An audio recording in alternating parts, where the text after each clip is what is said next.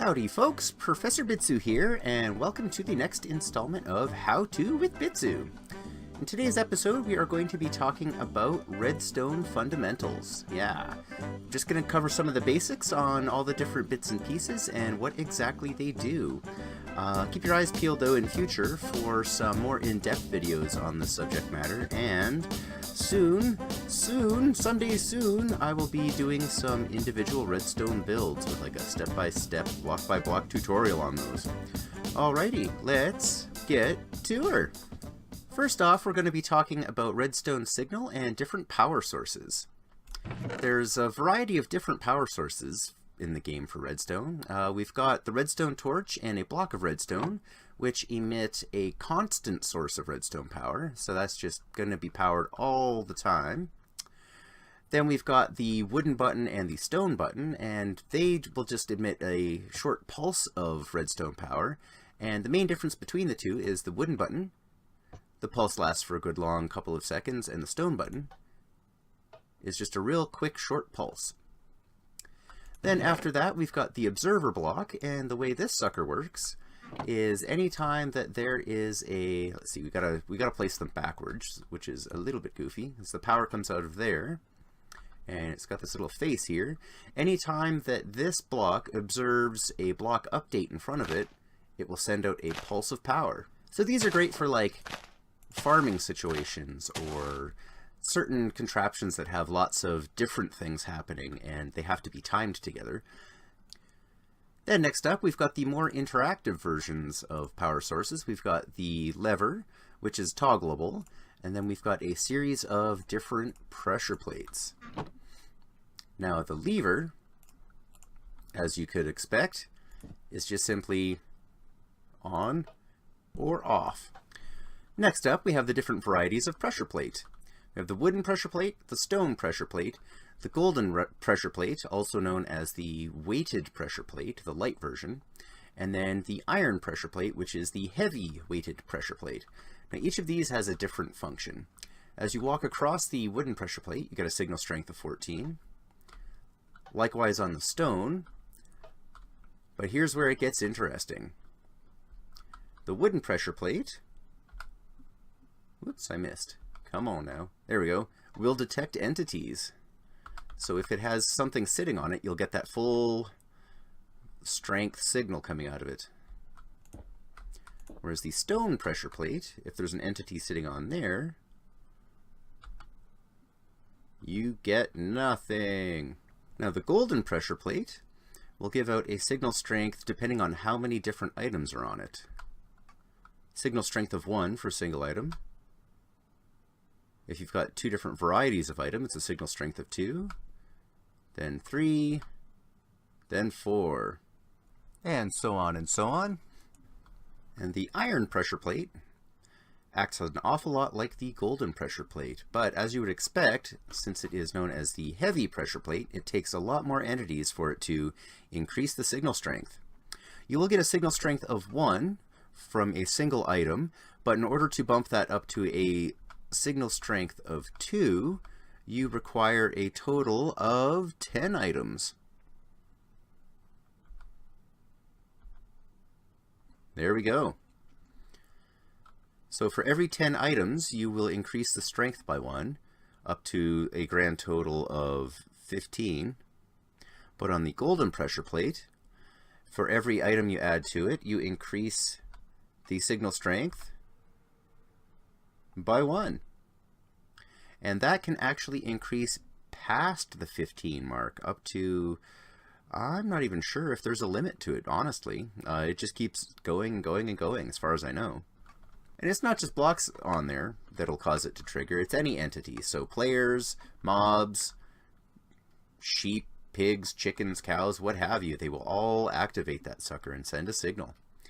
Alrighty. Next up, we have a couple of interesting power sources. One is the daylight sensor, which should seem pretty obvious. When it is day, it gets a signal, and you can actually change that into a nightlight sensor so that during the day there's no power, but as soon as it gets dark, then it will power. It'll send out a power signal. And the signal strength of that is actually dependent on the time of day. So you can use that for all kinds of different contraptions. If you want something that goes off specifically at high noon rather than in the morning or what have you, you can configure things to take advantage of that. Next up, we have the tripwire hook. And again, this is a little bit interesting, this one. Set up a hook on either side and put some string between them. Now, whenever something crosses through that string, the tripwire hooks will activate, and this block will be powered, which will in turn power the redstone on top. All kinds of useful things can be done with that. The next slightly less conventional power source is the trapped chest. Now, this guy is just a regular chest, but when it is opened, it sends out a very short pulse of redstone power, and it stays on the entire time the chest is open. So that is useful for all manner of things. One fun little thing is actually setting up booby traps around your base. Another is you can use that power source to disable something so that the system stops while you've got the chest open and you're looking inside of it. Now, as far as actually placing redstone is concerned, it will follow in a straight line up and over blocks if you so wish. And it can be put onto half slabs, but only a top half slab. A bottom half slab, it will not allow you to place any on it, no matter how hard you try. As well, if you have any glass blocks, you can't place redstone on top of them either. So that's all very important to remember when you're in the process of building. Half slabs, though, can be used to make like a little elevator. If we place redstone on top of each of these, it will actually connect to the one below it. And all the way down we go.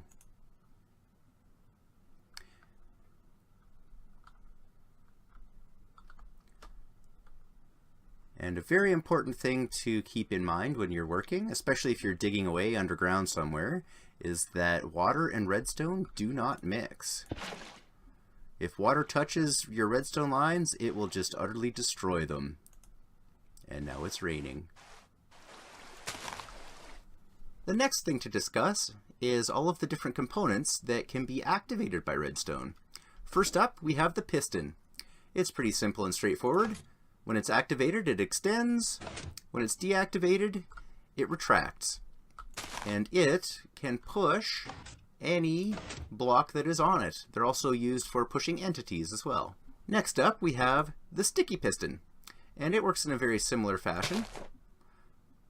You power it, it extends, and when you take the power away, it retracts. But whatever block is on its face will actually stay part of it. Next up, we have the dropper and the dispenser.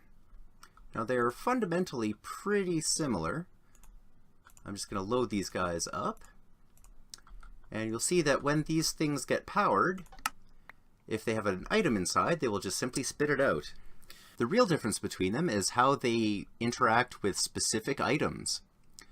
Now I have put a water bucket inside of each of them, and you'll see that the dropper will simply spit out the entity, but the dispenser, when it is powered, actually drops the bucket of water the same way the player would. And if you click it again, it will actually suck the water back up into the bucket.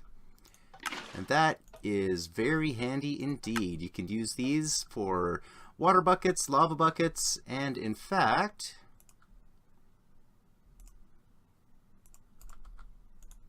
if you load them up with arrows, they will shoot them. Next up, we have the note block. Sending a signal to it allows it to play its note. And the tone you can change simply by tuning it. And what particular sound it makes is actually dependent on what block is directly below it.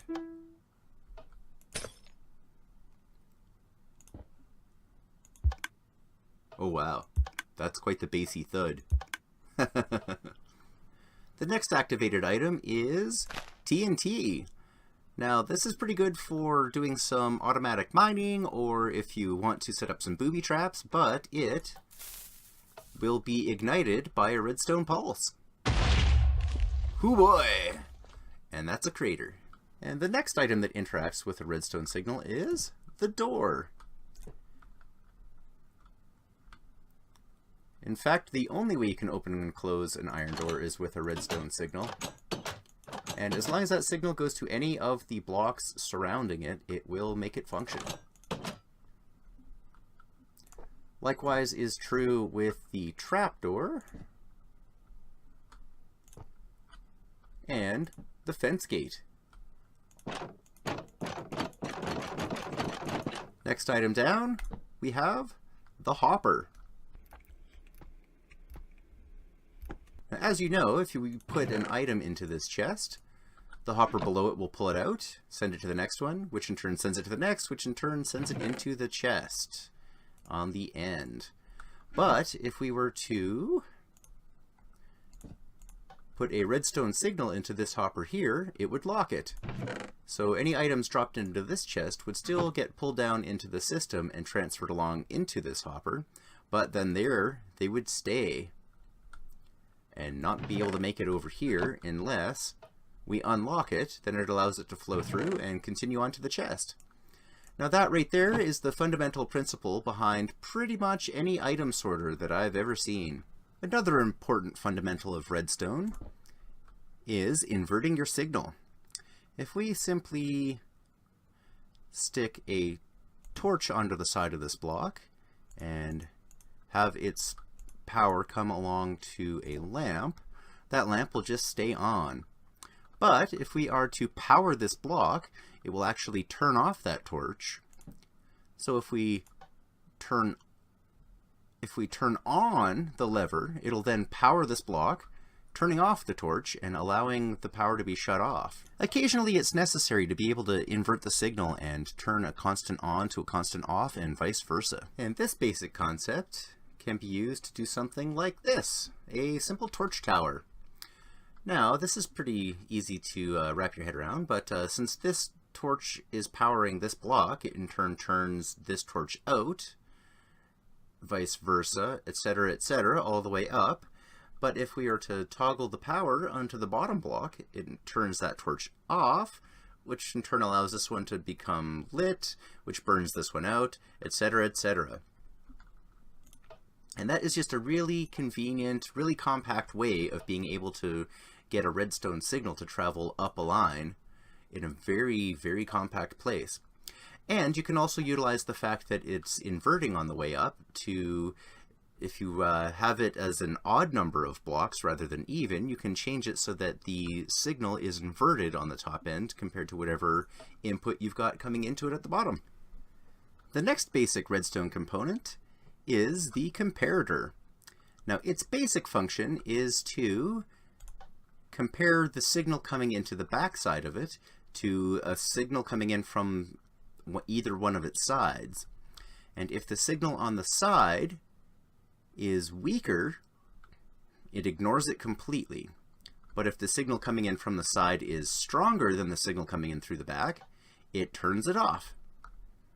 Now that is kind of a kooky little thing, but can be very useful. And that's what it does when it's in its default setting. But you can actually change this little guy into subtract mode. What it'll do now is it'll take whatever signal strength is coming into the back side of it, and it will subtract whatever signal comes into the side. So you'll see here, if we remove this, there's not quite enough signal strength for it to actually hit the lamp anymore. And if we subtract that, there's no power at all because it's actually taking more power off than is going in. Also very handy.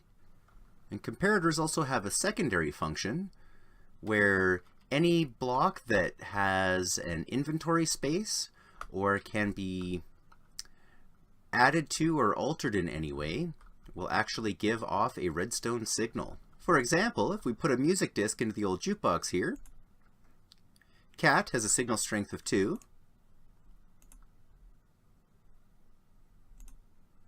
13 only has a signal strength of 1, all the way down the list until you get to weight, which has a signal strength of 12. Likewise, a cauldron, when it's full, will give out a signal strength of 3, and as you use up the water inside of it, that'll slowly drop. So let's wash off a layer of this banner here. 2, 1, 0. Good stuff. A comparator off the back end of a chest will give out a redstone signal strength dependent on how many items are inside of the chest.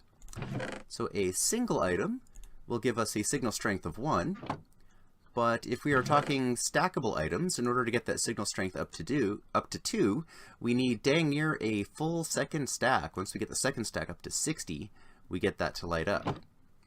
But if we're talking non-stackable items, for every 2 items in there, you know, weapons, armor, special items like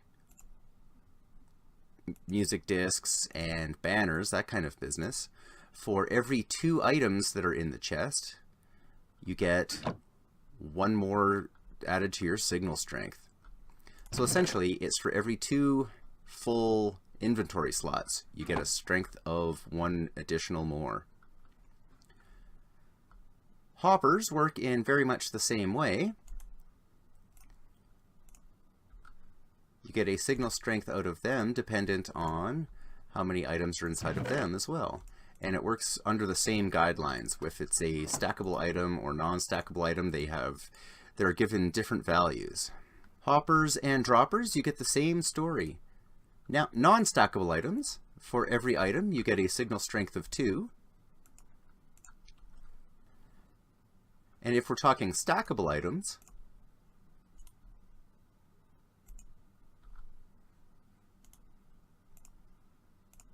same rules apply. A comparator can also judge whether or not the block it is against is receiving power itself. So if we power the lever, which in turn gives a redstone signal to this block, the comparator can pick that up and shoot it off. And last but not least, we have the kooky thing here. The item frame actually gives out a signal strength dependent on the position of the item. So this is really good to use for combination locks or for other different contraptions that you want different settings for. We can toggle it through from 1, 2, 3, all the way up to a power level of 8, and then back down to 1 again, which is pretty awesome. That can come in really handy for all kinds of different builds. Another of the fundamentals of redstoning is connectivity. Now if we were to take this block here, plop down a redstone lamp, and stick a lever on the face of it, when we power the lever in turn powers that block and turns on the lamp. But if we were to put the lever on this block beside it, when we toggle that, the lever powers the block that it is attached to, which in turn powers the block next to it. And that will work in both directions, but not diagonal. And the same is true as well about powering redstone dust.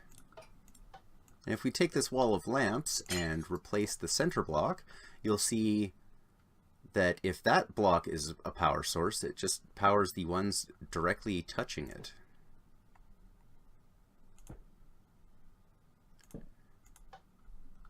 Likewise, if we power that block itself. But if we were to power that block, it'll only power the lamp immediately touching it, and this lamp does not power the ones on either side of it. And that little rule there is known as Quasi Connectivity. It's a kind of an interesting little thing, whereas this will power not only the block that it is on, but it also blocks the ones adjacent. But if the power is traveling through a block, it simply powers the one it's attached to. Alright folks, I know we covered a lot of ground today, and that's a lot to take in, but that pretty much covers all the basics of how redstone works. The real trick is just to combine all of those different functions together in order to get a contraption put together doing what you want it to. Alright, at this point I'm going to call it quits for now, but if there's anything in particular you folks would like to see me cover, if you want a more in-depth explanation on any particular one of these blocks, if you want to get a step-by-step walkthrough on how to build any specific contraption, just let me know in a comment down below. Alrighty, I will see you guys in the next episode. Bye!